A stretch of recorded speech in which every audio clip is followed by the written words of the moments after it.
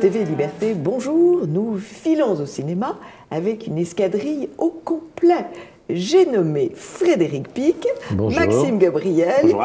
Et Louis-André. Bonjour Anne. Donc on a beaucoup de chance parce qu'on est tous les quatre pour filer au cinéma, pour aller voir, alors, écoutez, j'ai envie de parler du premier beau film, puisque quand même, vous le savez, notre hiérarchie est quand même toujours esthétique. Le plus grand cinéaste de ce matin, c'est tout de même Les Fleurs Bleues de Vajda. Oui. Alors, à vous, Frédéric. Ah, je ne savais pas. Alors, parce que le nom de la personne, c'est quand même Strzelecki. Voilà. Oui. C'est quand même pas facile à prononcer. Non. Donc, c'est l'histoire, un petit rappel historique, oui. 45 Yalta. Après, normalement en Pologne, des élections libres qui sont évidemment qui se traduisent par tous les partis de gauche ont été pris par le Parti communiste. Les élections ont été truquées et c'est le régime communiste qui devient quand même en 48 qui devient stalinien. Donc là, c'est la mise au pas de tout le monde, persécution de l'Église catholique et des artistes. Et les artistes, c'est simple. Soit ils encensent le régime, soit ils se taisent. Oui. Donc c'est l'histoire de cette personne qui, en fait, était assez révolutionnaire, puisque c'est lui qui a introduit l'art moderne en Pologne, oui. avec sa femme, qui s'appelait Kobro. Il avait fondé une école d'art plastique à Lodz, etc. Donc il avait toute une carrière devant lui. Et il refuse ce dictat communiste, c'est-à-dire qu'il ne plie pas. Et à ce moment-là, les ennuis commencent. Ben, les ennuis commencent, c'est-à-dire qu'au fur et à mesure, il tombe dans le non-dit, dans l'incapacité, parce qu'on le voit, alors il y a une scène qui est extraordinaire, parce qu'il continue à peindre, donc il va acheter des boîtes de couleurs, oui. de la couleur, et on lui dit, est-ce que vous avez votre carte d'artiste? Ben non, je n'ai pas ma carte d'artiste, donc il ne peut rien faire. Il ne peut pas acheter de tableaux, il ne peut pas acheter de... Henri, mais quand on imagine que le parti distribue... Oui, non, mais ça, alors, il tombe dans la misère, il tombe...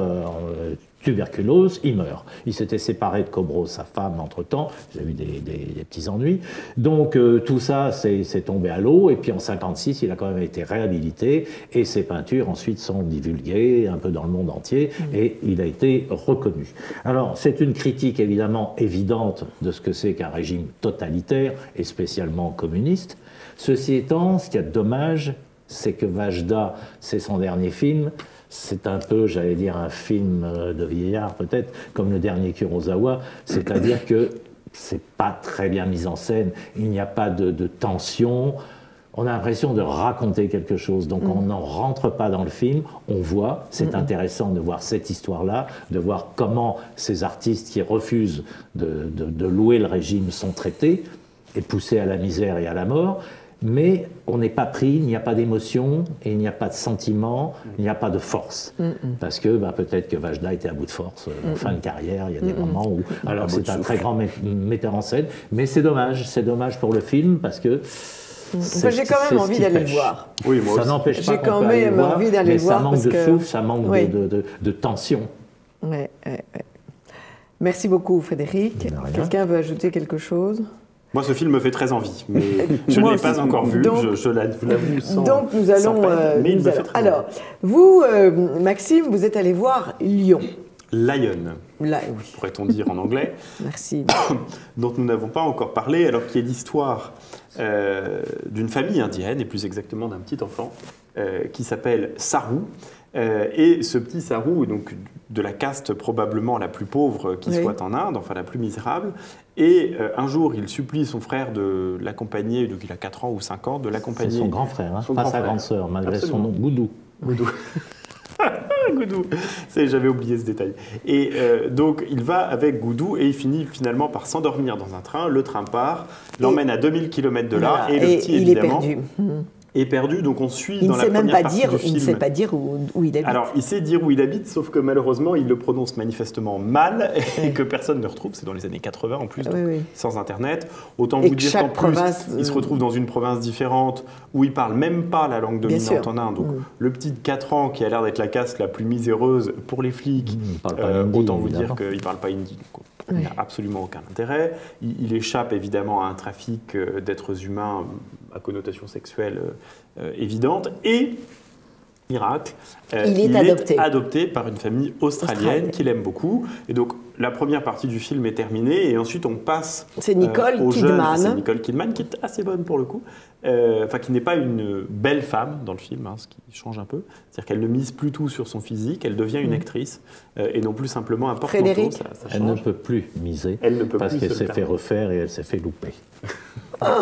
Malheureusement. Et Nicole Kidman, qui est quand même une actrice qui était ravissante, qui était une très bonne actrice, et là, elle est vraiment très défraîchie. Je suis gentil. Mais qu'est-ce qui lui a pris bref. Bon, enfin, peu importe. En tout cas, nous, à TV Liberté, on ne se fait pas trafiquer. C'est ça. La seconde partie du film commence et on suit donc le même Sarou qui a une vingtaine d'années, qui est étudiant et qui est travaillé par l'idée de retrouver ses origines et qui va finalement happy end, réussir à retrouver sa mère aux Indes. Donc le film est vraiment coupé en deux parties. Autant la deuxième, à mon sens, est un peu poussive, avec le happy end attendu, où tout le monde s'aime, etc. etc. La première partie, j'ai trouvé qu'elle était particulièrement réussie, avec ces grands paysages indiens, ce petit enfant de 4 ans qui est finalement très touchant, très attachant. Bon, évidemment, il y a tous les, si vous voulez, tous les biais qui font que sur le principe, je n'aime pas un film. C'est-à-dire l'idée du biopic, l'enfant adopté qui va s'en sortir. D'ailleurs, on sait d'avance qu'il va s'en sortir, etc., etc. C'est vraiment des choses que je n'aime pas. Enfin, c'est des procédés. Et pourtant, vous avez aimé. Qui me déplaisent. Et pourtant, j'ai aimé le film parce qu'évidemment, l'histoire est très touchante. On verse la petite larmichette, etc. Bien sûr. Moi, je suis très en retrait sur ce film. D'abord parce qu'il y a une escroquerie dans l'affichage. Le nouveau Slumdog Millionnaire. Ça n'a absolument rien à voir. Slumdog Millionnaire est un film qui m'avait beaucoup plu et qui ne cherchait pas, comme ce film-là, à tirer les larmes de Madame Margot. Parce qu'on a le droit à ça sans arrêt. Il n'a plus de larmes. Et alors, je vous dis, Madame Margot, évidemment, quand on prend le petit Sarou, qui est mignon, même si c'est un petit Indien, parce que plus tard, quand il a 20 ans, c'est vrai que l'acteur n'est pas terrible. Bon, l'acteur est mieux que le vrai personnage qu'on voit à la fin dans la bande-annonce, qui pour le coup est très laid. Très laid. Mais enfin, le petit Sarou, il est là, mais on a sans arrêt des flashbacks, parce qu'évidemment, il était émouvant, le petit Sarou. Donc, quand on veut faire pleurer Margot, hop, un petit flashback sur Sarou qui est là, goudou, goudou. Et puis ensuite, les séquences émotionnelles, on en a toutes les 10 minutes. Vous n'aviez pas assez de mouchoirs dans votre poche. Non, mais je ne suis pas le genre, les petits mouchoirs. Donc, à la limite, c'est assez insupportable. Moi, je me suis ennuyé, je ne suis pas rentré dedans, parce que j'ai vu l'intention du réalisateur. Il faut faire le sentiment et faire pleurer. Frédéric, la publicité le dit. En plus de ça, il y a quelque chose que j'ai relevé qui m'a quand même choqué, c'est que dans le film, on demande aux parents australiens, mais alors vous avez adopté parce que vous ne pouviez pas avoir d'enfants. Si, on pouvait avoir des enfants, mais comme il y a trop d'enfants dans le monde qui sont malheureux, alors ils sont allés adopter 2 Indiens, c'est dans le film, c'est 2 petits Indiens, alors qu'ils peuvent avoir des... Bon, c'est vraiment le suicide de la race blanche, on comprend maintenant. Donc, ils vont adopter 2 petits Indiens, dont l'un, évidemment, tombe dans la drogue, etc. Non, mais je veux dire, c'est un foutoir sentimental absolument effroyable. C'est pas totalement faux. Alors, moi, j'exagère un petit peu, naturellement, vous l'avez compris. Votre avis est très intéressant. Louis, vous l'avez vu? Oh non, mais moi pour le cinéma indien, j'en suis resté à Satya Gittray. C'est pas du cinéma indien. Non, moi je trouve quand même que... On a assez parlé. On a assez parlé de Lyon. Alors pourquoi le film s'appelle Lyon, juste le détail? Parce qu'en fait, le petit dit Sarou, Sarou, Sarou. Et en fait, on découvre à la fin qu'il prononçait mal son nom, qu'en fait, son vrai nom, c'était Cheru, qui veut dire lion. Donc en fait, il s'appelle Sero Sarou parce qu'il a mal prononcé. Cheru, je me demande, ça ne veut pas dire picanard en indien. Mais enfin bon. Bon. Alors... qui veut alors, un autre grand film d'un niveau un peu plus élevé, peut-être Les Oubliés. Et là, c'est Louis qui va évoquer ce film. Oui. Donc Les Oubliés qui s'insère dans le cadre de la fin de la Seconde Guerre mondiale en 1945 et qui tourne autour d'un événement très souvent oublié, en effet, comme tant d'autres d'ailleurs, mais cette fois-ci avec pour victimes de jeunes soldats allemands et qui ne sont pas des soldats, qui étaient les jeunes adolescents entre 16 et 18 ans en relais de force à la fin de la guerre dans la Volksschule.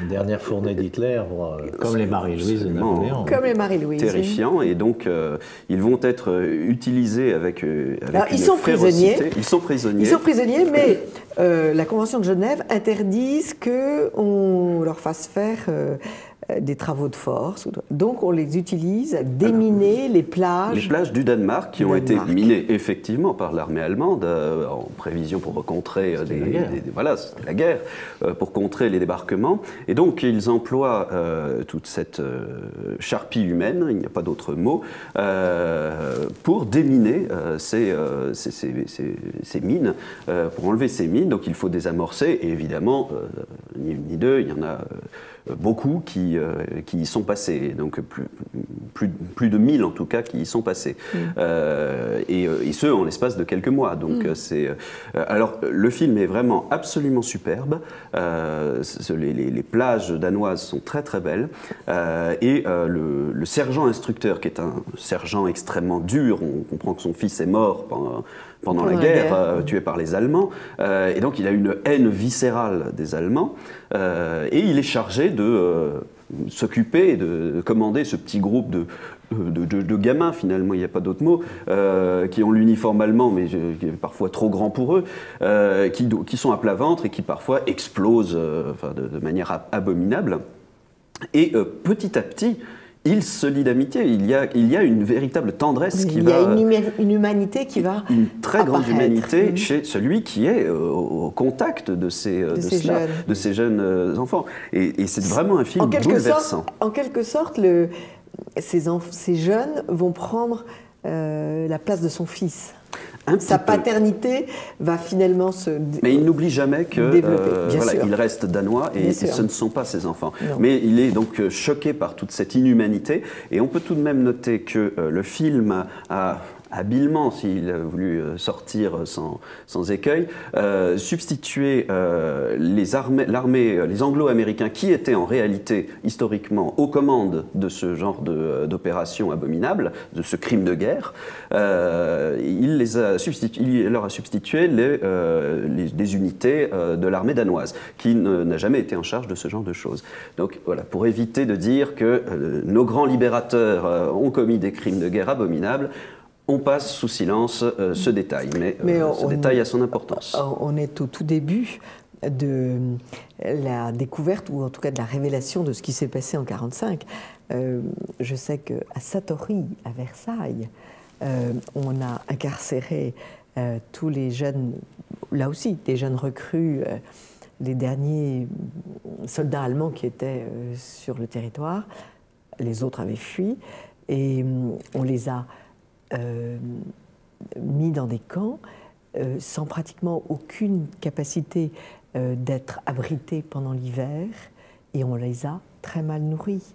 Et il en est mort des quantités. Il n'y a pas qu'à Satori, puisque l'armée américaine, moi j'ai lu pas mal de choses là-dessus, l'armée américaine avait diminué les rations qui étaient données par Genève, les rations obligatoires pour les prisonniers, avaient été diminuées par 2 par les autorités américaines, de façon à en laisser crever un certain nombre. Oui. Mais tout ça, c'est du blackout complet, c'est pas politiquement correct. Non, donc revenons au cinéma. Donc, Les Oubliés, vous nous invitez à aller le voir. À ne plus les oublier. À ne plus les oublier. Vous avez raison, Maxime.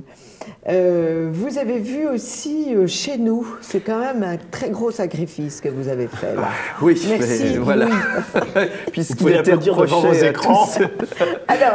Puisqu'il était reproché à tous ceux qui en disaient du mal d'en dire du mal sans l'avoir vu, eh bien, je suis allé le voir et j'en suis sorti estomaqué, littéralement.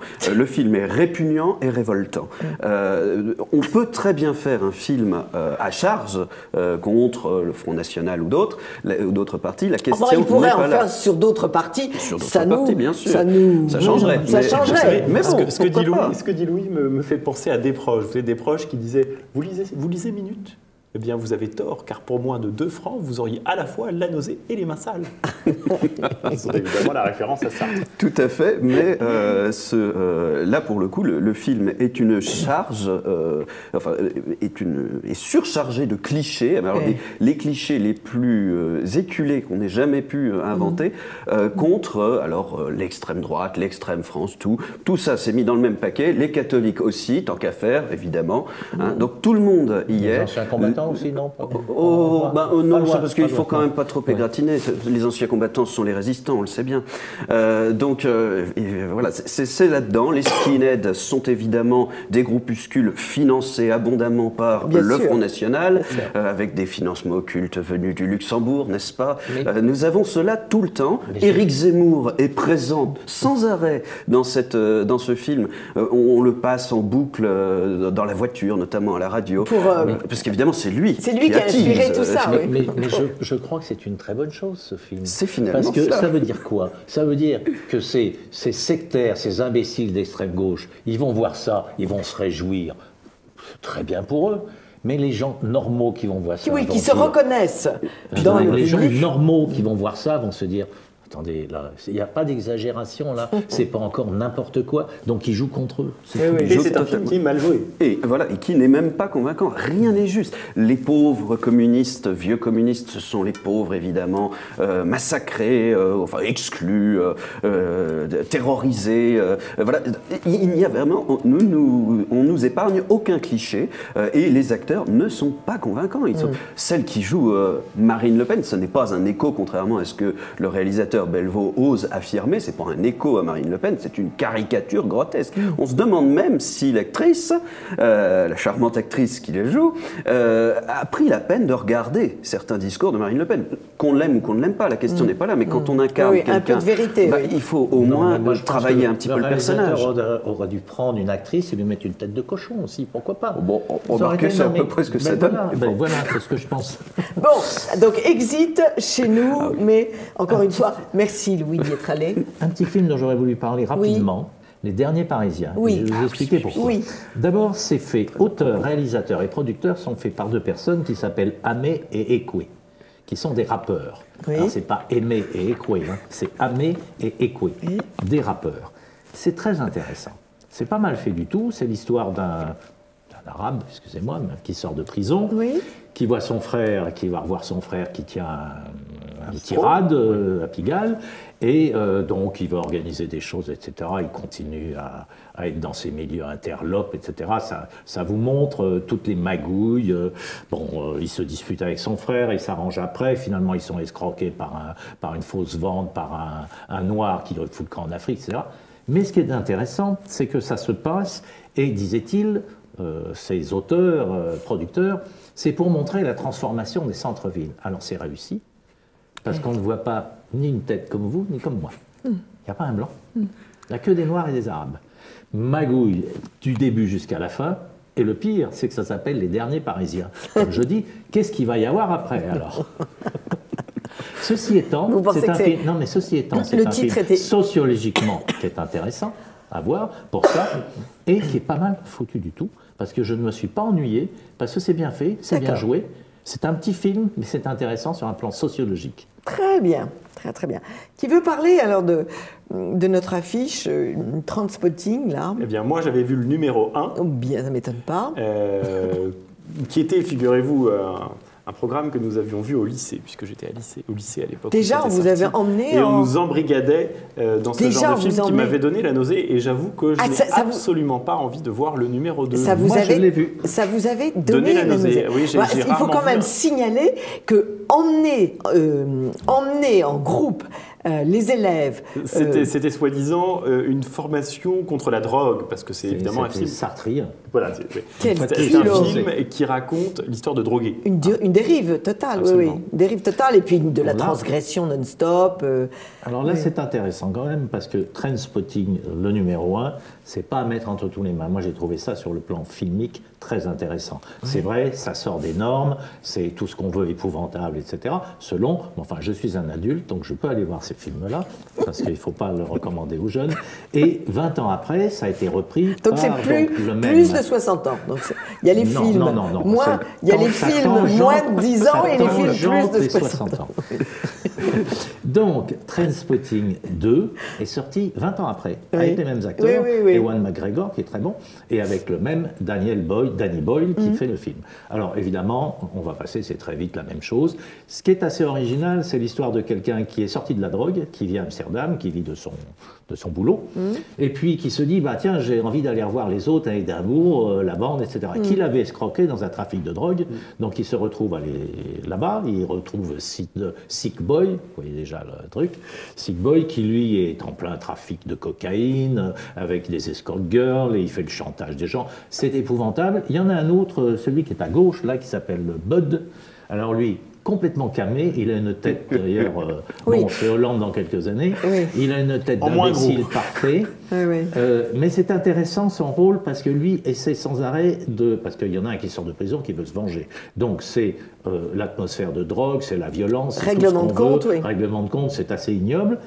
Lui est une espèce d'intermédiaire qui se met entre tout le monde et qui essaie d'arranger les choses pour faire la paix. Ce qui est intéressant dans ce film, pour moi, c'est pas évidemment cette atmosphère-là, c'est le fait qu'il y a, comme dans le premier, un certain nombre de fulgurances cinématographiques. Dans la mise en scène, dans certaines choses, c'est traité d'une façon... C'est un grand cinéaste. Non, mais c'est traité d'une façon très spéciale. Voilà. C'est un film spécial, mais c'est vrai qu'il y a des fulgurances cinématographiques qu'on n'a pas vues dans d'autres cinémas. C'est bien, c'est bien. Split. Mais vous n'irez pas le voir. Non, merci. Non, parce que vous n'êtes pas encore assez vieille, vous ne tangentez pas les 60 ans, monsieur. Merci, merci Maxime. Quelqu'un veut parler de Split? Pour le numéro 3. Alors, Split, je ne crois pas non plus que vous iriez le voir. Hein. C'est sur une sorte de schizophrène, quelqu'un qui a des troubles de la personnalité. Il a réussi à développer 24 personnalités différentes. Alors, c'est le nouveau film de Shyamalan, donc quand même un grand réalisateur, même si il a eu ses périodes de creux. Alors, c'est un film qui marche. Eh bien, non, au contraire, ça marche. C'est vraiment très entraînant. Le film va vraiment du côté de l'épouvante, sans aller jusqu'à l'horreur. Et les acteurs sont époustouflants, notamment James McAvoy, qui incarne donc ce schizophrène et qui, par ce changement de personnalité incessant, est vraiment bluffant, vraiment. Et la jeune actrice qui a été découverte, elle aussi, dans l'horreur, je suis navré, The Witch, dont j'avais parlé, et cette jeune actrice joue à nouveau ici, partage l'affiche, et est vraiment aussi très très convaincante. Donc vraiment, il y a de bons acteurs. L'idée est plutôt intéressante, effectivement, ce schizophrène qui alterne en allant chez son psychiatre, qui le suit, qui est aussi excellente. Essaie de se constituer finalement une identité plus ou moins stable, de la construire, et en fait il y a une nouvelle identité, on comprend vite, qui commence à surgir et qui dérape complètement, qui prend le pas sur les autres et qui devient surtout extrêmement agressive et violente, au point qu'il vient à séquestrer 3 jeunes filles. Je vous passe la fin, mais ça finit de manière assez gore.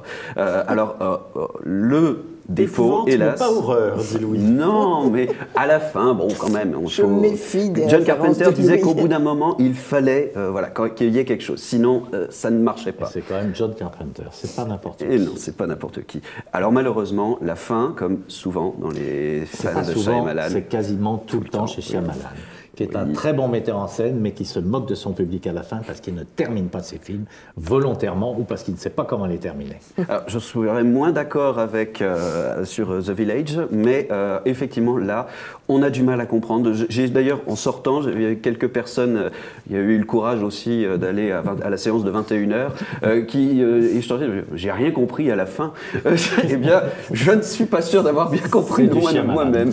Et Cure for Life? Moi, je trouve que c'est quand même, je vais en parler, assez intéressant parce qu'on parle d'un film de drogue et on enchaîne sur un film de schizophrénie, alors qu'on sait tous très bien que l'un entraîne l'autre. Entraîne évidemment une augmentation radicale de la schizophrénie, même si évidemment il faudrait le mettre en vente libre, comme le réclament un certain nombre de nos hommes politiques. Puisque la schizophrénie, c'est une maladie sympa et puis ça permet de développer les personnalités des uns et des autres. À l'heure où tous les gens sont tellement faibles intellectuellement, ça ferait pas de mal. Merci. Alors, un film qui qui est un petit peu décalé aussi, c'est A Cure for Life. Cure for Life, comment ça s'écrit? Une cure pour la vie, comme une cure dans un sanatorium. Oui, ok. Sauf que là, en parlant de sanatorium, évidemment, on est dans un sanatorium un tout petit peu particulier, c'est-à-dire que le film est pour moi presque Inception, mais ce serait le Inception du pauvre, d'une certaine manière. Donc c'est l'histoire d'un pauvre garçon qui est un banquier d'affaires. Le père s'est suicidé, enfin son enfance est assez tragique, et on l'envoie pour des raisons procédurières chercher son patron qui est parti faire une cure et qui a envoyé une lettre en disant en gros je ne reviendrai jamais, débrouillez-vous sans moi, ciao les nazes. Enfin, je schématise. Et donc le jeune débarque dans une espèce de château au sommet d'une colline qui est donc un sanatorium, en Suisse bien entendu, et il découvre en fait que toute personne qui arrive dans ce centre de cure ne repart jamais, ou en tout cas pas vivant.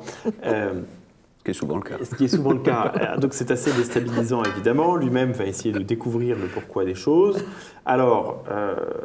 Je donne un moment de spoiler pour ceux qui nous regardent. Qu'est-ce que c'est, spoiler? C'est-à-dire que je dévoile une partie de l'intrigue. En fait, vous allez arrêter de parler. Il s'avère que le tenancier de l'endroit est en fait un type qui était le dernier baron possédant ce château et qui était tellement épris de la pureté de sa race qu'il avait épousé sa sœur à qui il a fait un enfant et qu'il a découvert pour garder cet enfant un traitement qui consiste en gros à utiliser des curistes qu'on va tuer et on récupère une partie de choses qui sort d'eux et ça permet de faire une sorte de sérum de vie éternelle. Voilà. Ce sont des espèces de grosses limaces qu'on leur fait avaler. C'est ça. Ben c'est ça. Oui, il y a des moments un petit peu... On voit toutes les limaces, etc. En fait, sa femme, enfin la sœur qu'il avait épousée, a eu un enfant, est morte. Mais le fœtus a été sauvé parce que c'est une histoire abracadabrantesque, comme on dit, feu Chirac, bon, il n'existe plus. Effectivement, les villageois donc l'avaient tué, l'avaient brûlé, etc. Mais il s'en est sorti, ce petit fœtus, et il est devenu sa fille, qu'il adopte et avec laquelle il veut coucher à la fin.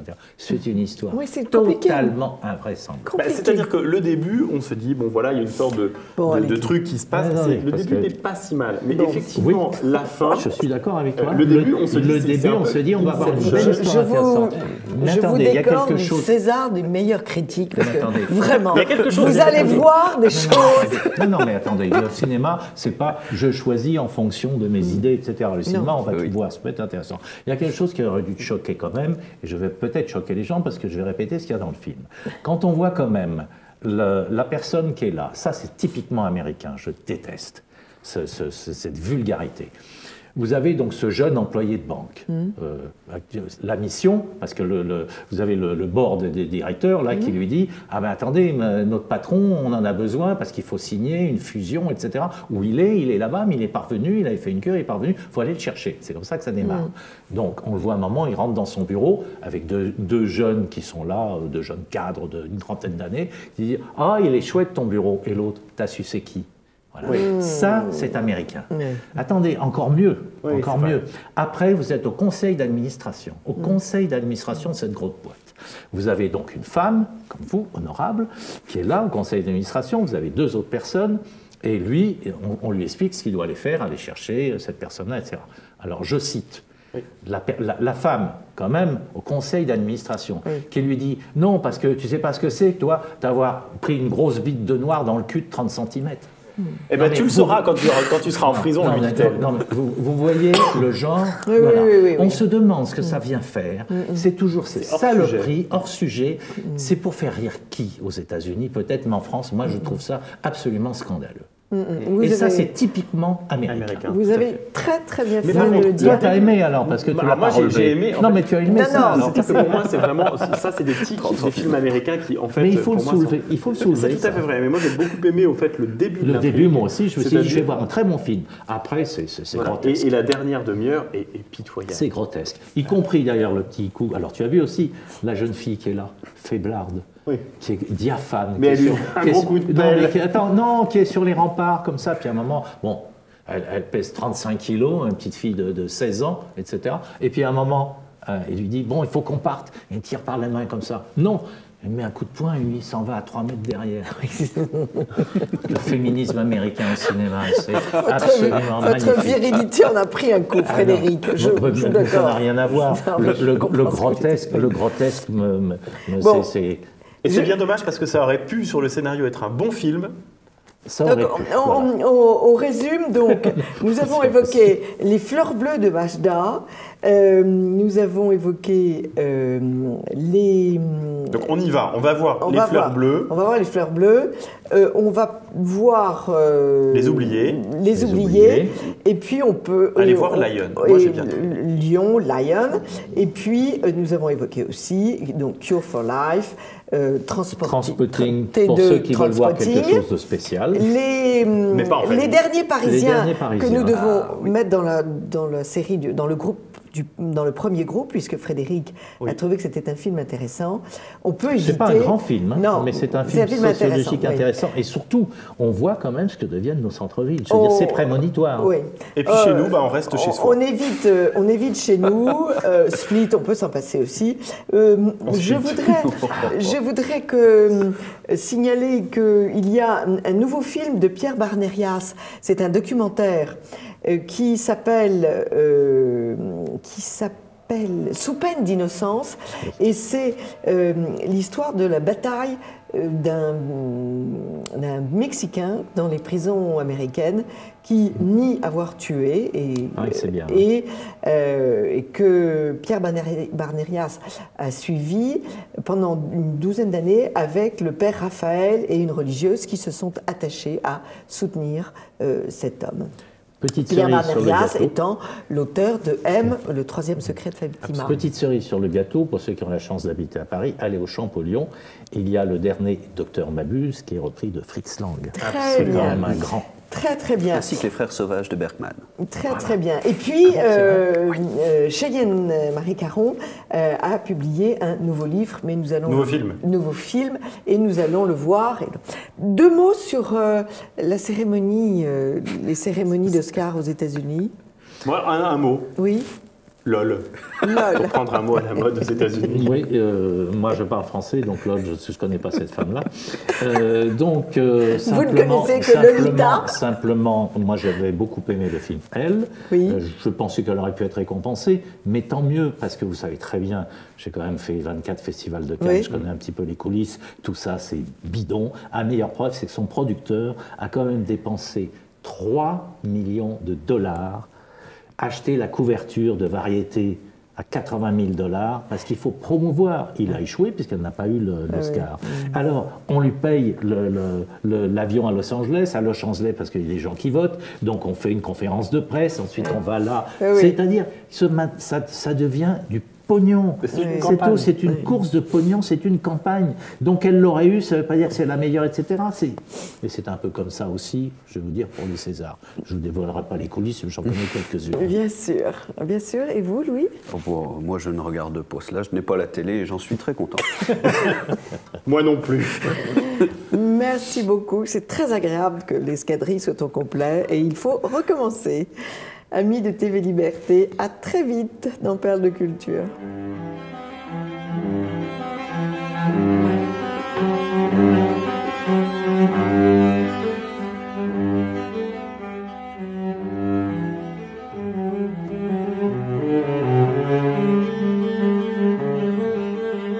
Amis de TV Liberté, bonjour. Pour cette rubrique, je lis donc je suis. Nous avons invité l'ambassadeur d'un grand écrivain, j'ai nommé Jacques Perret, et son ambassadeur Jean-Baptiste Chaumeil. Bonjour. Merci de votre invitation, Anne Brassier. Bonjour Jean-Baptiste. Alors, pour tout un grand nombre de lecteurs, Jacques Perret, c'est l'écrivain absolu, c'est l'enchanteur, c'est l'écrivain merveilleux. Pourquoi Jean-Baptiste Chaumeil? Pourquoi la poule pond des œufs d'or? Je ne sais pas. En revanche, je peux vous brosser... Pour ceux qui ne connaîtraient pas Jacques Perret, donnez-nous quelques traits de ses qualités. Alors, d'abord, c'est un prosateur magnifique, un nouvelliste à l'égal de Marcel Aimé. Oui. Un prosateur, il a écrit des romans aussi qui sont la plupart du temps... Marcel Aimé, je dirais même Proust. Oui, et il a fait aussi pas mal de livres qui sont inspirés de sa propre vie. Donc le bonhomme, la vie du bonhomme ressemble au bonhomme et il n'y a pas tellement de différence entre lui et ses romans. Quelle est la vie de Jacques Perret? Perret a balayé tout le siècle. Il est né en 1901. Petit, pendant la guerre de 14-18, il a perdu son grand frère, Louis, pendant la guerre de 14-18. Puis, considérablement marqué, bien cela évidemment. L'a énormément marqué et c'est la base de ses différents engagements. Il le raconte dans un livre qui vient de paraître qui s'appelle « Raison de famille » chez Via Romana, tout récemment. Qui est un très joli livre. Et ensuite, il s'est engagé dans la guerre du Maroc, où il a fait la guerre du Rif. Puis il est revenu en France, il a fait divers métiers, il est devenu journaliste. Il a voyagé à travers l'Europe de l'Est, puis l'Ouest. Et il se sent beaucoup plus attiré par l'Amérique du Sud, où il va pour un reportage sur Miss Monde. Et finalement, il reste là-bas, il écrit quelques nouvelles.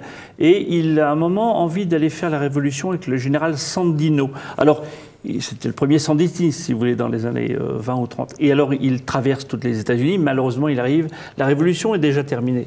Et il en tire quelques romans. Il explore la Guyane pour le compte du Musée de l'Homme. Et il devait en rapporter un peu d'or, il ne rapporte quasiment rien, mais il rapporte quand même... Son or personnel, c'est-à-dire... Son or pour ses livres. Œuvre, oui. Pour un premier livre qui s'appelle Roucou et qui est accepté chez Gallimard après lecture d'André Malraux, qui était lecteur chez Gallimard. Et ensuite, Perret se promène, et après, il fait sa carrière retour à est la toute terre. tracée. Et ensuite, la guerre de 39-40 arrive, il se mobilise lui-même, parce que normalement, avec son âge et les enfants qu'il avait, il n'avait pas d'obligation à s'engager. Il s'engage dans les corps francs, il devient caporal, il a une médaille militaire, et il fait preuve d'un très grand courage. En tout cas, la citation le dit. Ensuite, il part pour quelques années en stalag, il s'évade 3 fois, et la 4e est la bonne. Et là, il rentre à Paris, saluer sa femme, Nana, c'est la fin du Caporal épinglé, son livre le plus connu. Et ensuite, il va voir ses amis journalistes à Lyon. Michel Déon m'a raconté les circonstances de sa rencontre avec Perret. Puis, il va prendre le maquis, dans un maquis de l'Ora, l'organisation de résistance de l'armée, qui regroupait des gens qui avaient porté les armes avant. Il fait une campagne dans la résistance. Et il remonte à Paris pour témoigner d'ailleurs au procès de Pierre-Antoine Cousteau, qui était un de ses copains et qui était rédacteur en chef de Je suis partout. Et ensuite, il fait un travail de journaliste. Donc une grande liberté. Très grande liberté. Un homme qui n'hésite pas à défendre quelqu'un qui n'est pas du tout de son bord. Tout à fait. Lorsqu'il arrive à Paris, il revient du maquis dans l'Ain. Il fait un papier dans le Figaro, il dit « mais il règne ici une atmosphère de Carmagnole proprement insupportable ». C'est assez rare. Alors évidemment, lui venait du maquis, personne ne pouvait rien lui dire. Et Carmagnole comme le chant révolutionnaire. Voilà. Et il écrit ensuite des nouvelles, des livres. Alors, la partie la plus romancée, si vous voulez, de Perret, ce sont les livres de mer. Hein. Oui. Mais il y a à côté et encore, de cela... Rôle de plaisance. Oui. Rôle de plaisance, c'est lui. C'est lui écolo. Qui reste écolo, qui reste bloqué entre Trouville et Deauville et qui ne bouge jamais. Voilà, avec un petit peu d'alcool. Et ça, c'est la partie presque la plus inventée, mais sinon, ces livres, Le Caporal épinglé, Bande à part, qui est le récit de ses activités tout à fait masquées dans le maquis. Oui. Bande à part a eu le prix Interallié en 1951. Oui. Puis il a eu d'autres prix, le prix de la ville de Paris, le prix prince Pierre de Monaco. Il a eu une très belle carrière. Une belle carrière, mais il n'a rien fait pour être un Jean de lettres et aller à l'académie. C'est pas le genre, non, c'est pas le genre. C'était pas son genre. Mais une grande séduction qui est due en partie à cette indépendance d'esprit extraordinaire par rapport à l'époque, par rapport au... Alors, vous dites séduction intellectuelle et aussi séduction physique. Oui. François Brignot disait que c'était le Gary Cooper français. Et quand on regarde quelques photos des années 30-40, effectivement, Georges Lafly me disait qu'il les tombait toutes, mais je ne sais pas si le mot est tout à fait vrai. Cette petite jalousie de Georges Lafly. Voilà. Alors, une actualité. Alors, vous avez créé un cercle des amis de Jacques Perret. Alors, j'ai créé un cercle, le Caporal, qui est le cercle des amis de Jacques Perret, de ses œuvres, etc. C'est un acrostiche de ces phrases. Et ce Caporal envoie une lettre confidentielle une fois par an, à peu près, lorsqu'il y a une parution autour de Jacques Perret. Donc, ce cercle existe depuis 2005. Et sont parus successivement pas mal de livres, à la fois aux Dilettantes, 7 livres, et recueils de nouvelles. Et maintenant chez Via Romana, qui a entrepris, après les 7 péchés capitaux, a publié l'intégralité des articles parus dans Aspect de la France, de 1948 à 1970. Nous en sommes au 3e volume, qui va paraître en septembre 2017. Et en fait, on pourrait croire que ces critiques littéraires sont complètement démodées, mais pas du tout, parce qu'à chaque fois... Alors ces articles, Aspect de la France est un journal monarchiste et ça traite un petit peu à l'actualité. Parce que Jacques Perret est monarchiste.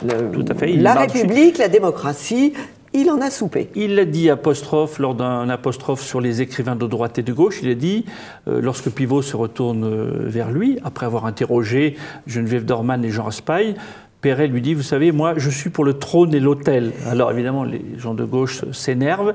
Et il a rajouté, voilà, ce sont les salades qui recommencent. Et c'était toute sa contribution à apostrophe. Et donc, il est pour le trône et l'autel. Et tout naturellement, il va dans un journal où la France est bien servie, c'est ce qu'il nous dit, Aspect de la France, qui prend la succession de l'Action française en 1948. Et il y fait un billet hebdomadaire. C'est une très bonne idée qui a trait à la politique, si vous voulez. Il parle de Vincent Auriol, etc. Mais il parle beaucoup de sa vie aussi, du quai de la Mégisserie, du marché aux fleurs, de la disparition du bœuf en daube, etc. Des choses qui le concernent de très près. Le blanc, il n'y a plus de muscadet, enfin, voyez.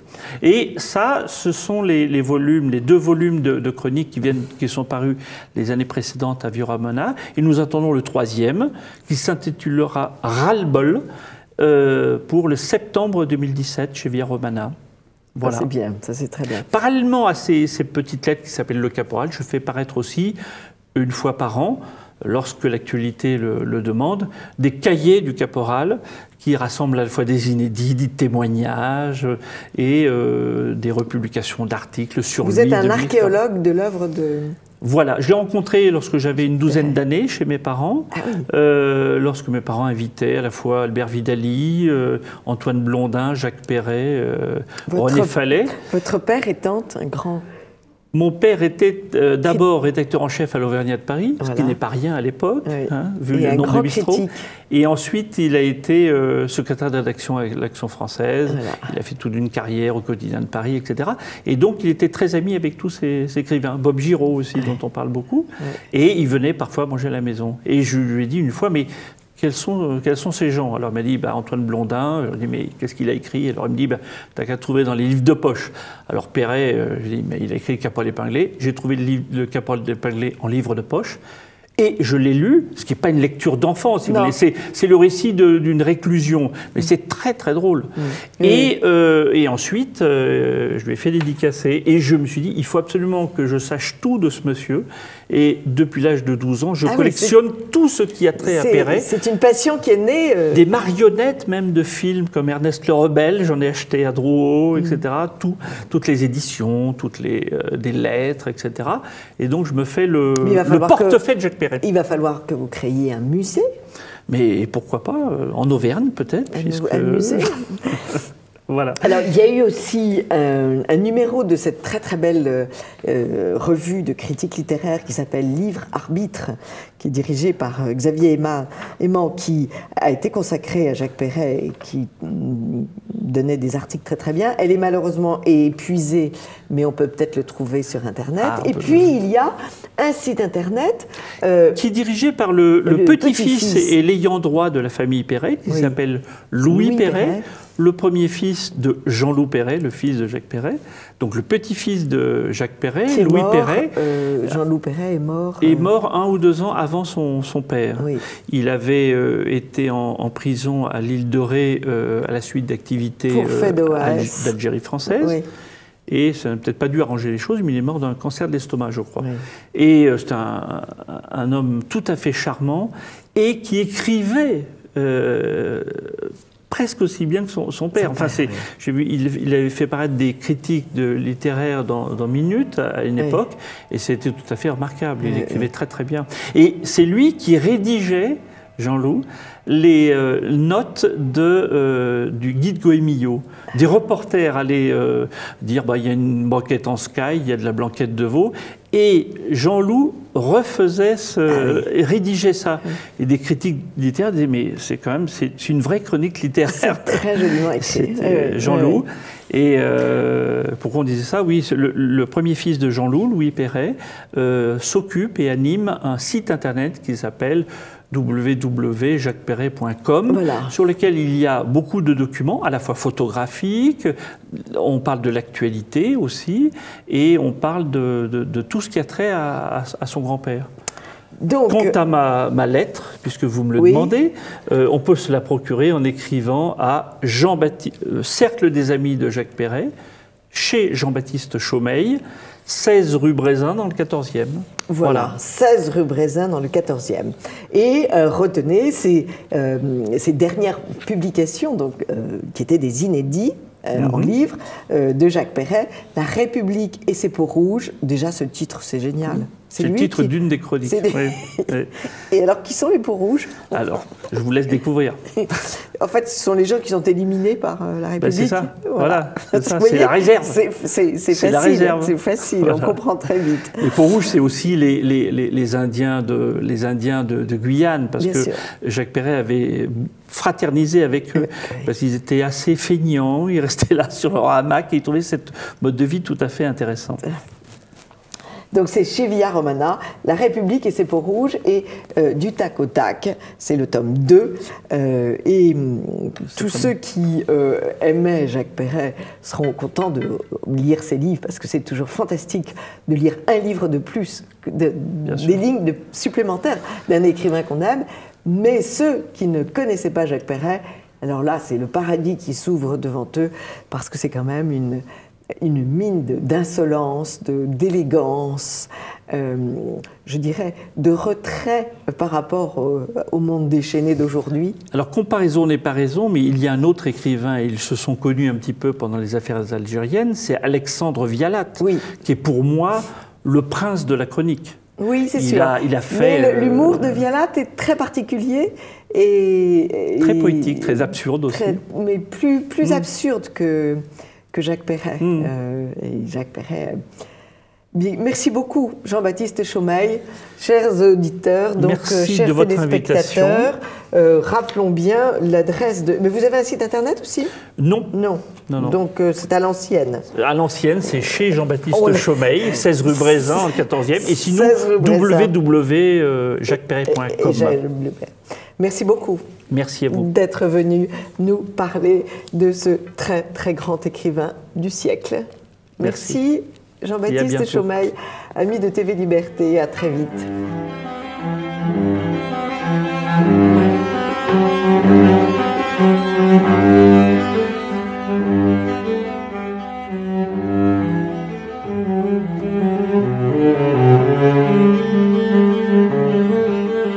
Amis de TV Liberté, bonjour. Pour cette rubrique du patrimoine, nous avons invité quelqu'un que vous connaissez déjà, dont vous avez aimé les 2 premiers reportages. C'est Annie Noto. Bonjour Annie. Bonjour Anne. Vous nous aviez invité fort judicieusement à visiter à Paris les carrières des Capucins et dans notre belle France, le village de Montrésor, qui est donc ce village médiéval près de Loches. Et vous avez été plébiscité, je tiens à vous le dire. Alors aujourd'hui, vous êtes donc guide-interprète et vous avez consacré une grande partie de votre temps à guider des touristes japonais. Oui. J'aimerais, vous parlez donc japonais, puisque oui, vous êtes guide-interprète. Depuis 26 ans. Je voudrais d'abord vous demander comment est-ce que on se met à apprendre le japonais, ce qui, à mon avis, n'est pas une mince affaire.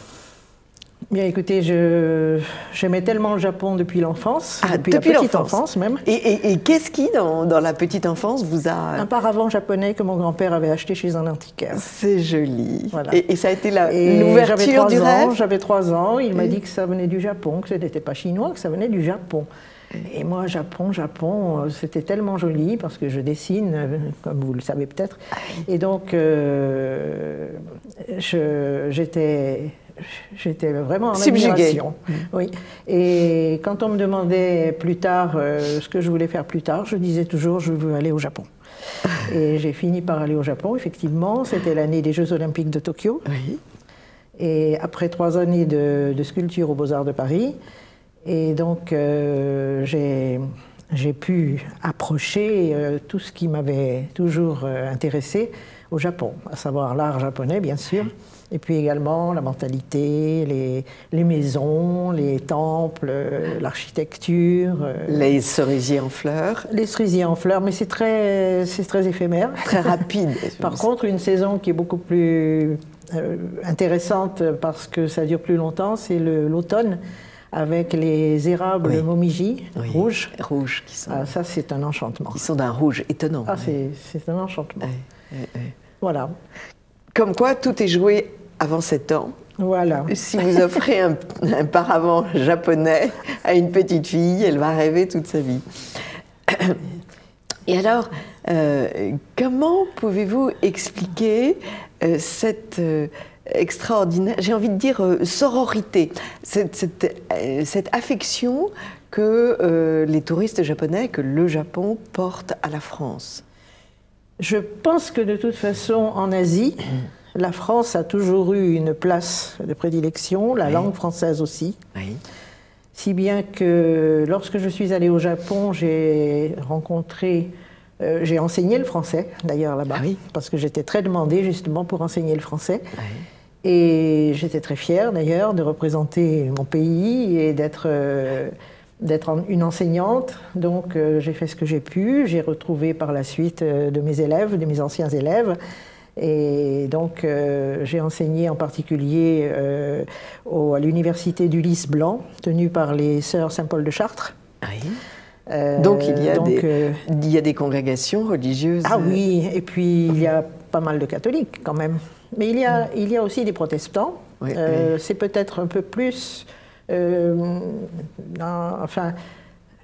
le protestantisme, c'est peut-être un peu plus proche de leur mentalité plutôt que le catholicisme. Mais il a été moins combattu. La bombe les 2 bombes américaines sont tombées sur cette ville de Nagasaki qui était une ville catholique. Voilà. Donc on a quand même éradiqué les catholiques. Oui, mais il y en a quand même. Il y en a quand même pas mal. Et surtout, les écoles ou les universités. Par exemple, pour les filles, c'était cette université d'Ulysse Blanc. Il y a l'école primaire également à Tokyo, près du temple. Le lys blanc étant, en art, le symbole... de la pureté. De la pureté de la Vierge, voilà. Et donc, il y a également l'école primaire du Lys Blanc dans Tokyo, près du temple de Yasukuni. Et puis, il y a également, pas loin de là, justement, une école pour les garçons, alors. L'Étoile du matin. Et donc, j'ai fait connaissance avec ce peuple japonais qui est très attachant, parce que la chose que l'on remarque en premier, c'est le respect. Le respect qui est pratiqué par tout le monde. Oui. Depuis l'enfance, depuis la petite enfance. Le respect pour qui alors? Pour les personnes autrui, âgées? Pour tout le monde. Pour tout le monde et pour toutes les choses et tout ce qui vit, finalement. Parce que ce sont des artistes, les Japonais. Comme ce sont des insulaires, ils n'ont finalement pas eu, parce que le Japon a été fermé pendant des siècles, et ils n'ont pas eu tellement d'influence de par-ci par-là. Les idéogrammes chinois, ils les ont un peu transformés, quelquefois même ils ont modifié le sens carrément, et ils ont depuis le bas Moyen-Âge, ils ont aussi l'alphabet de 50 signes, les kana, donc les hiragana pour écrire n'importe quoi, c'est phonétique. Et sinon, les katakana qui sont l'équivalent des hiragana, mais ils ont une autre forme et c'est pour écrire les mots étrangers. Ah oui. Voilà, il y a un alphabet spécial pour les mots étrangers. Et donc, j'ai découvert ça et j'ai compris par la suite pourquoi les Japonais tenaient à venir en France aussi. Alors à cette époque-là, les motivations étaient peut-être un petit peu différentes de celles qu'ils ont maintenant, parce que les Japonais admiraient bien sûr la France pour différentes raisons. D'abord pour son histoire, ensuite pour l'art. L'art français, c'est quelque chose. L'art aussi bien roman, gothique, néoclassique, Renaissance. Les châteaux de la Loire, par exemple, c'est quelque chose qui est très visité, justement, l'époque Renaissance. Et puis également le château de Versailles. Oui, le château de Versailles. Alors là, c'est XVIIe siècle, fin du XVIIe siècle. C'est donc néoclassique avec décoration baroque italienne. Et donc, ensuite, d'autres choses qui leur ont plu, bien sûr, dans les périodes artistiques, il y a l'Art Nouveau, en 1900, avec toutes les créations qui sont très inspirées du Japon, qui sont très japonisantes. C'est le japonisme de l'époque. Et puis, bon, l'Art déco, peut-être un petit peu moins quand même, mais ils s'intéressent surtout, bien sûr, à tous les sites historiques, et ils ont toujours un mot dans la bouche, ils disent « Ah, au moins chez vous, il n'y a pas de tremblement de terre, donc c'est la culture de la pierre. » Parce que chez eux, tout est en bois, pour le cas où. Et donc beaucoup plus éphémère. C'est très fragile. Très fragile. Et donc, ils venaient aussi pour la gastronomie. Oui.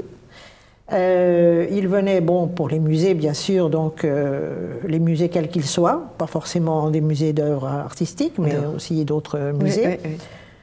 Pour un art de vivre, parce que alors, le problème des Japonais, c'est qu'ils n'ont jamais le temps de faire quoi que ce soit en dehors de leurs heures de transport et pour aller au travail.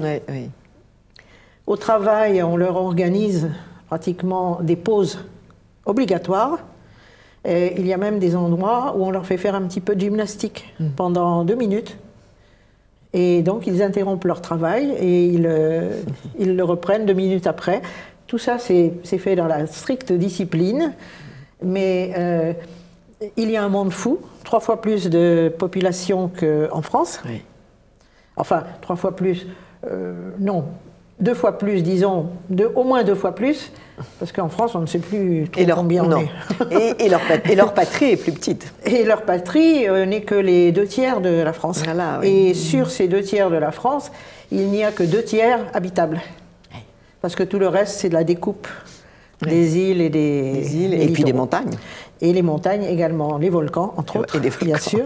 Alors, de ce côté-là, ils n'ont pas de chance, malheureusement. Les paysages sont peut-être très beaux, mais les catastrophes climatiques ou naturelles sont on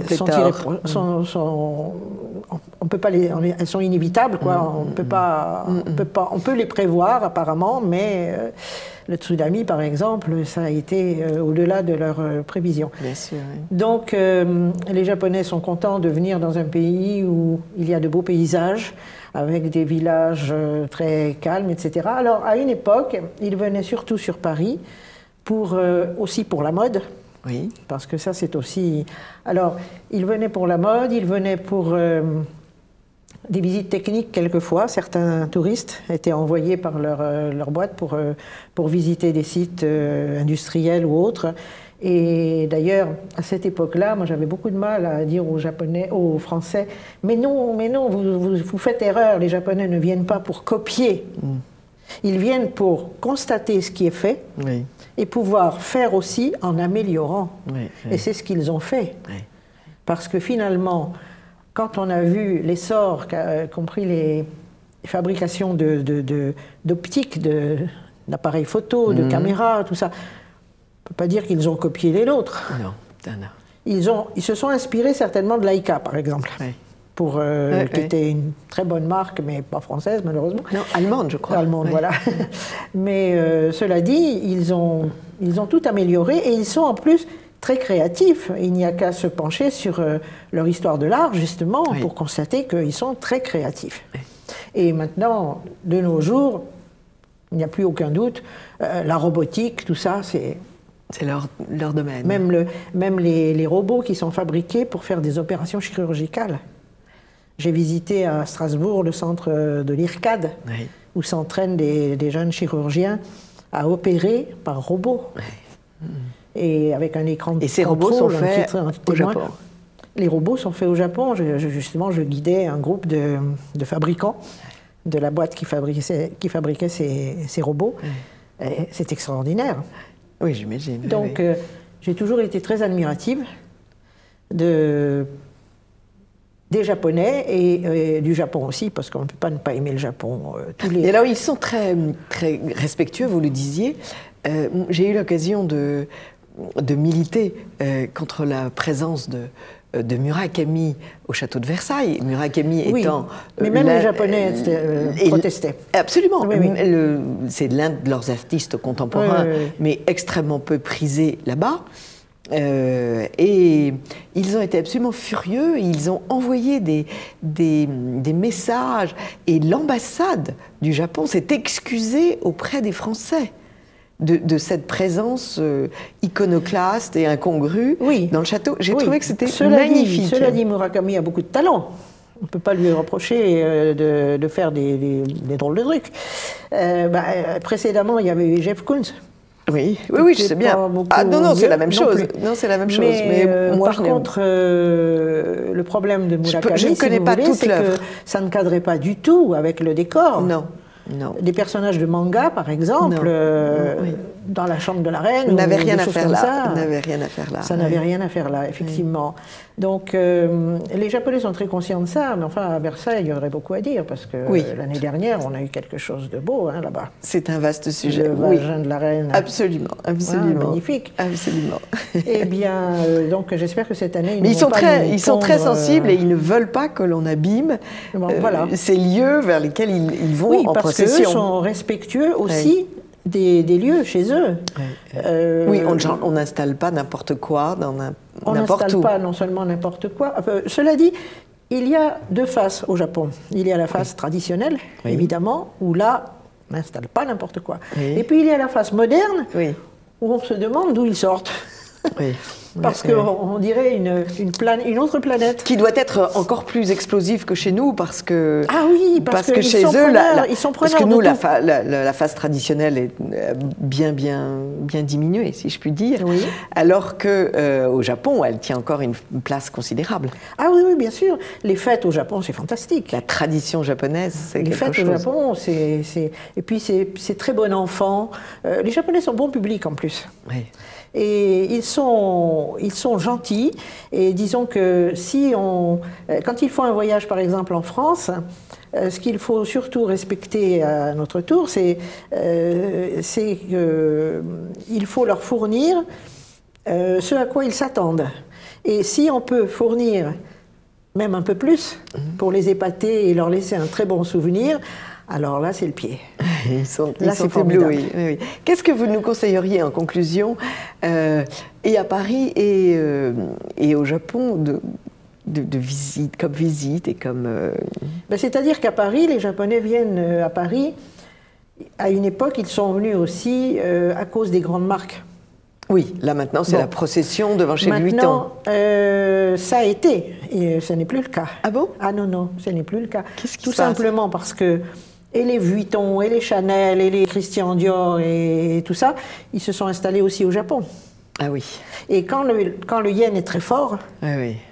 il vaut mieux qu'ils achètent au Japon qu'ici. Ah oui, oui, très bien. Oui. Et ils n'ont même pas besoin de faire du le prétexte des achats. Non. À ce moment-là, s'ils viennent en France, ce ne sera pas pour faire la queue chez Vuitton. Ils ont tout ce qu'il faut là-bas. Et donc, il y a eu cette période-là. Ils venaient aussi pour la parfumerie, la maroquinerie, tous ces articles de luxe. Oui. Et il y avait beaucoup de boutiques de détaxe pour Japonais dans Paris. Elles ont disparu les unes derrière les autres. Il en reste 3. Ah oui. Pour les Japonais. Et qui ne font pas forcément que les Japonais, bien sûr. Oui, bien sûr. Non, mais ma question était surtout, quels sont les lieux japonais à Paris, le centre culturel? Alors, le centre culturel franco-japonais qui est près du pont de Birakem. Près du pont de Birakem, exactement. Alors là, la boutique a été fermée, c'est dommage, parce qu'il y avait une boutique qui vendait de jolies choses japonaises. Oui, oui. Il y a un auditorium, il s'y passe des choses, enfin il y a des expositions. C'est le moment d'évoquer notre ami pianiste qui vit à Paris, Suzuki. Junko Suzuki? Junko Suzuki, oui, qui donne chaque année un très beau concert à Pleyel. Oui. Et j'ai failli avoir contact avec elle parce que je crois qu'elle avait envie de perfectionner son français, mais finalement, elle n'a peut-être pas beaucoup de temps. Et puis finalement, moi, je n'ai pas eu beaucoup de temps non plus pour assister non plus. Voilà. Mais les Japonais sont très férus aussi de musique classique. Oui. Par conséquent, la musique japonaise, c'est un peu spécial. C'est comme le théâtre No. Oui. Il faut vraiment être japonais pour sonder le mystère. Pour en être pénétré, je dirais. Parce que c'est... Mais de tout temps, ils ont été attirés par notre musique occidentale. Alors, ils sont attirés, à vrai dire, ils sont très curieux, et ils sont attirés par tout ce qui n'est pas japonais aussi, tout en gardant leur tradition. Mais ils sont très gourmands en ce qui concerne les nouveautés. Et alors, les Japonais qui sont venus, dans les premiers temps, qui sont venus sur Paris et qui ont évidemment visité les sites principaux, je parle du musée du Louvre, bien sûr, par la suite le musée d'Orsay, quand il a pris place, Montmartre, bien sûr, la cathédrale Notre-Dame, évidemment, certaines églises, la Sainte-Chapelle, la Conciergerie, enfin tout ce qui a aussi une histoire, parce qu'ils aiment les choses qui ont une histoire. Oui. Dans l'histoire de France, ils retiennent, bien entendu, Napoléon, et puis Marie-Antoinette, la pauvre Marie-Antoinette, Louis XVI et Marie-Antoinette. Bon, Marie-Antoinette, elle a inspiré les dessinateurs japonais pour faire le manga Versailles Nobara, c'est-à-dire la rose de Versailles, qui vient du fait que Élisabeth Vigée-Lebrun avait peint Marie-Antoinette tenant une rose. Cette peinture se trouve au Petit Trianon, en principe, quand elle ne voyage pas. Donc c'est cette image qui leur plaît. Et quand on va à Versailles, il faut inévitablement, évidemment... aller voir. Voilà. Et au Louvre, montrer aussi le portrait d'Élisabeth Vigée-Lebrun et sa fille, l'autoportrait, parce que c'est elle qui a peint Marie-Antoinette. Et pour en revenir à la musique, à Varsovie, si vous allez écouter un concert Chopin, vous aurez de grandes chances de voir une jeune artiste japonaise. Ah oui, c'est sûr, bien sûr. Mais les Japonais sont très doués pour les arts, mais pas seulement les arts graphiques. Ils sont très doués pour la musique, pour le chant. La plupart du temps, ils ont une très belle voix. Beaucoup de cantatrices, beaucoup de cantatrices ils ont une très belle voix, japonaises. Même les enfants. Si vous entendez chanter les enfants dans les écoles, ça n'a rien à voir avec les nôtres. Malheureusement, les nôtres, c'est pas ça. Mais eux, évidemment, ils sont japonais et ils chantent japonais. Voilà. Mais c'est très agréable, ils sont très doués. Ils sont doués aussi pour le dessin, ils font ça très minutieusement. Ils ne font pas n'importe quoi. Ce sont des gens qui ont le sens de la signification de ce qu'ils font. Et par conséquent, dans ce qu'ils font, il y a aussi le respect de l'inspiration. Vous voyez, par exemple, ils vont dessiner des fleurs, eh bien, ils vont en même temps respecter ce que la fleur leur inspire. Et donc, ils vont reproduire cette fleur de manière très romantique, très jolie. La peinture japonaise, c'est très spécial, hein, ça tient un petit peu de l'aquarelle, mais c'est très agréable et c'est très simple, contrairement à la décoration chinoise qui est très chargée. Et vraiment, le Japon, c'est un pays à part. Alors, quand il venait en France depuis le début et qu'il découvrait la France, ce qui est un peu dommage, c'est que de tout temps, il y a toujours eu des endroits où on n'a pas su les recevoir comme il aurait fallu. C'est ça le problème. C'est que beaucoup de Japonais, beaucoup de Français mélangent japonais-chinois. Oui, c'est trop loin pour eux. Alors, au début, où j'étais guide, il y avait une foule de groupes japonais, évidemment, qui venaient visiter. Alors, les gens, ils étaient là. « Oh, t'as vu tous ces Chinois ?» Alors, je montais sur mes grands chevaux et je disais « on me mettait en colère. » Et alors, maintenant, on est envahi par les Chinois. Et alors, quand ils font... Parce que leurs manières ne sont pas tout à fait comme celles des Japonais. Oui, il y a peut-être moins de respect, oui. Oui. Et donc, quand on voit des Chinois qui font... et on dit « Ah, t'as vu le Japonais ?» Ah, je dis non. Ne mélangeons pas. Heureusement, les Japonais ont une ambassadrice à Paris. Oui, mais c'est du travail, hein. C'est vraiment du travail. Enfin, bref, en France, ce qui peut les motiver encore... Bien sûr qui les motive encore, c'est toujours la même chose, c'est toujours l'art, la cuisine, la mode, les paysages, l'architecture, la pierre. Voilà, je ne renoncerai pas, si les Japonais reviennent en masse, à proposer une visite des Capucins, par exemple. Voilà. Il faut quand même avoir de bonnes jambes, hein, parce que les sans-marche sont... Il faut avoir des bonnes jambes. Mais je pense que c'est quand même faisable. Mais il faut surtout les recevoir comme il faut, de façon qu'ils repartent avec un très bon... Alors, ce qui est dommage, bien sûr, c'est qu'après tout ce qui est arrivé, le terrorisme qui est tombé sur la France, et pas seulement sur la France. Et le terrorisme et le banditisme. Alors, le banditisme, et puis également le problème des voleurs. C'est ça, c'est ce que j'appelle... Des pickpockets. C'est ce que j'appelle le banditisme, oui. Contre lesquels, finalement, il n'est rien fait, parce que ce sont des personnes qui ont toutes le même nom de famille. Elles ont toutes moins de 18 ans. Donc on ne peut rien leur faire, même si on les attrape. Et puis le touriste est une proie pour ces gens-là, parce que le touriste, le touriste a tout son argent dans sa poche. Les Asiatiques sont très peu... Ils n'ont pas de carnet de chèques, par exemple, ils ont des cartes de crédit, et puis même les cartes de crédit, je crois qu'à un moment donné, ils arrivaient à voler les cartes de crédit des Japonais pour les revendre à des Chinois. Voilà. Ah oui, ils sont très forts. Ils sont très forts. Mais merci à Madame l'ambassadrice du Japon en France. Et nous vous attendons pour une autre séquence à Ninoto, un autre voyage, quand vous voulez. J'espère trouver quelque chose qui vous intéresse. Merci beaucoup Annie Noto. Chers amis de TV Liberté, à très vite pour une autre chronique de Perles de Culture.